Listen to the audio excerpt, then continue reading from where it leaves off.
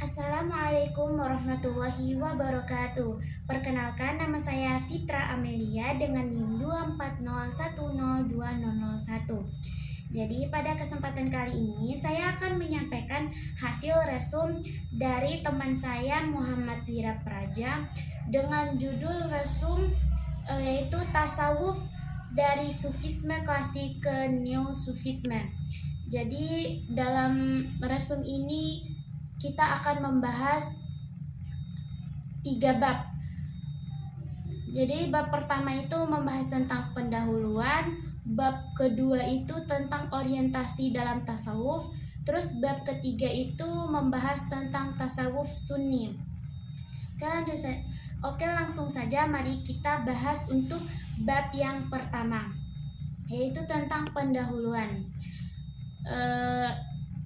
Terus poin A-nya itu membahas tentang tipologi mistikisme. Jadi, mistisisme adalah suatu sistem yang berakar pada pengalaman mistik, yaitu pengalaman spiritual yang mendalam dan pribadi. Pengalaman mistik bukanlah filsafat itu sendiri, tetapi dapat menjadi bahan refleksi filsafati. Mistisisme juga menekankan pentingnya kesadaran akan adanya komunikasi dan dialog antara roh manusia dengan Tuhan. Yang kedua itu tentang simbolis sufisme. Tasawuf adalah ajaran yang menekankan pentingnya pengalaman spiritual dan kesadaran akan kehadiran Tuhan. Sufisme menggunakan simbol-simbol dan ritual-ritual untuk mencapai kesadaran spiritual yang lebih tinggi. Konsep Tuhan dalam sufisme itu adalah sebagai intisari murni yang memiliki atribut mutlak, transenden, dan sempurna. Yang ketiga itu manusia dan spiritualis. Masalah ada telah dipermasalahkan sejak zaman filsafat Yunani kuno. Manusia memiliki kesadaran diri sebagai bagian dari keseluruhan, sehingga ia harus menempatkan dirinya ke dalam keseluruhan itu. Setiap agama dan aliran mistik memiliki konsep dan tujuan yang berbeda-beda dalam mencapai kesadaran spiritual yang lebih tinggi. Dalam dunia kemistikan dapat ditemukan 3 tipe transformasi atau penyatuan, yaitu 1 tipe etis, berupaya untuk menciptakan manusia paripurna atau manusia waskita agar ia mampu berjumpa dengan yang ada melalui samedhi atau yoga seperti aliran subud. Yang kedua, tipe kosmis, berupaya melebur diri agar dapat menyatu ke dalam jiwa alam universal secara senden. Ada yang melalui jalur emanasi menuju sangkan paran, karena manusia adalah pletikannya. Oleh karena itu, tujuan akhirnya adalah sunyata atau subung. Hindu Sankhya dan Buddhisme Mahayana dapat ditunjuk sebagai prototipe aliran ini. Yang ketiga, tipe pateistis. Dalam kebatinan disebut menyatu dengan sukma kawekas atau jumbuhing kawula gusti. Sedangkan dalam tasawuf disebut ittihad. Menyatunya kawula gusti diawali dari situasi trans. Terus bab 2-nya terkait orientasi dalam tasawuf. Untuk poin pertama itu pengertian tasawuf.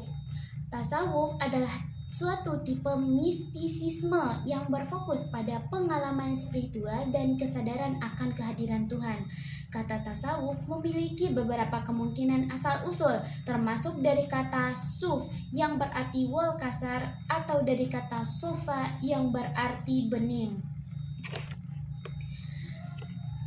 Tasawuf adalah suatu jalan spiritual yang menekankan pentingnya kesadaran akan kehadiran Tuhan dan pengalaman spiritual. Bagian B itu perkembangan tasawuf. Tasawuf berkembang dari kesalehan asketis pada abad kedua Hijriah.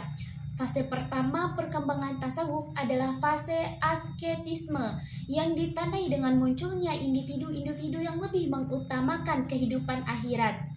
Fase kedua adalah fase sufisme yang ditandai dengan munculnya teori-teori dengan jenjang-jenjang spiritual dan metode pembinaan spiritual. Yang ke-C itu sumber ajaran tasawuf. Sumber ajaran tasawuf adalah Islam, dan tasawuf merupakan satu aspek kebudayaan Islam yang khas. Ada beberapa pendapat yang menyatakan bahwa tasawuf bersumber dari luar Islam, tetapi pendapat ini tidak dapat diterima karena tidak ada bukti yang kuat. Yang bagian kedua, aliran-aliran tasawuf. Pertama, aliran tasawuf dibagi menjadi beberapa aliran, termasuk tasawuf sunni dan tasawuf falsafi, yaitu tasawuf sunni menekankan pentingnya mengikuti ajaran Islam dan menjalankan syariat, sedangkan tasawuf falsafi menekankan pentingnya pengalaman spiritual dan kesadaran akan kehadiran Tuhan. Bagian E itu tujuan tasawuf. Tujuan tasawuf adalah agar berada sedekat mungkin dengan Allah. Sasaran antara tasawuf adalah pembinaan aspek moral, ma'rifatullah, dan pengkajian hubungan antara Tuhan dengan makhluk. Terus bagian yang ke-F, makna dekat dengan Allah. Makna dekat dengan Allah dapat diartikan sebagai melihat dan merasakan kehadiran Tuhan dalam hati, berjumpa dengan Tuhan, atau penyatuan dengan Tuhan. Tasawuf menekankan pentingnya kesadaran akan kehadiran Tuhan dan pengalaman spiritual dalam mencapai tujuan spiritual. Lanjut untuk bab 3 bagian tasawuf sunni. Yang pertama itu membahas tentang tasawuf terkenal dan ajarannya. Tasawuf sunni adalah salah satu aliran tasawuf yang berfokus pada pengalaman ajaran Islam dan menjalankan syariat. Tokoh-tokoh tasawuf sunni terkenal antara lain Abu Ubaidah al-Jarrah, Abu Zar al-Ghifari, dan Hasan al-Basri. Poin kedua itu tasawuf dan akhlak. Tasawuf adalah ilmu tentang moral Islam yang berfokus pada pembahasan tentang jiwa, klasifikasinya, kelemahan-kelemahan, dan penyakit-penyakit jiwa. Tujuan tasawuf adalah menciptakan moral yang sempurna melalui peletakan Asma al-Husna sebagai cita moral sufi. Bagian C itu tasawuf amali. Tasawuf amali adalah jenis tasawuf yang berfokus pada pengalaman ajaran Islam dan menjalankan syariat. Tasawuf amali melibatkan pembahasan tentang ilmu lahir dan ilmu batin, serta pembagian ajaran agama menjadi 4 bidang, yaitu syariat, thariqat, hakikat, dan ma'rifat. Yang ke D yaitu jenjang menuju sufi al-maqamat. Al-maqamat adalah jenjang-jenjang spiritual yang harus dilalui oleh seorang sufi untuk mencapai tujuan spiritual. Jenjang-jenjang tersebut antara lain taubat, zuhud, wara', sabar, tawakal, dan ridho. Setiap jenjang memiliki karakteristik dan tujuan yang berbeda-beda. Yang ke-E, al-mahabbah dan al-ma'rifah. Al-mahabbah adalah cinta kepada Allah yang merupakan tujuan utama tasawuf, sedangkan al-ma'rifah adalah pengetahuan tentang Allah yang diperoleh melalui pengalaman spiritual. Untuk mencapai al-mahabbah dan al-ma'rifah, seorang sufi harus melalui proses penyucian jiwa dan kontemplasi.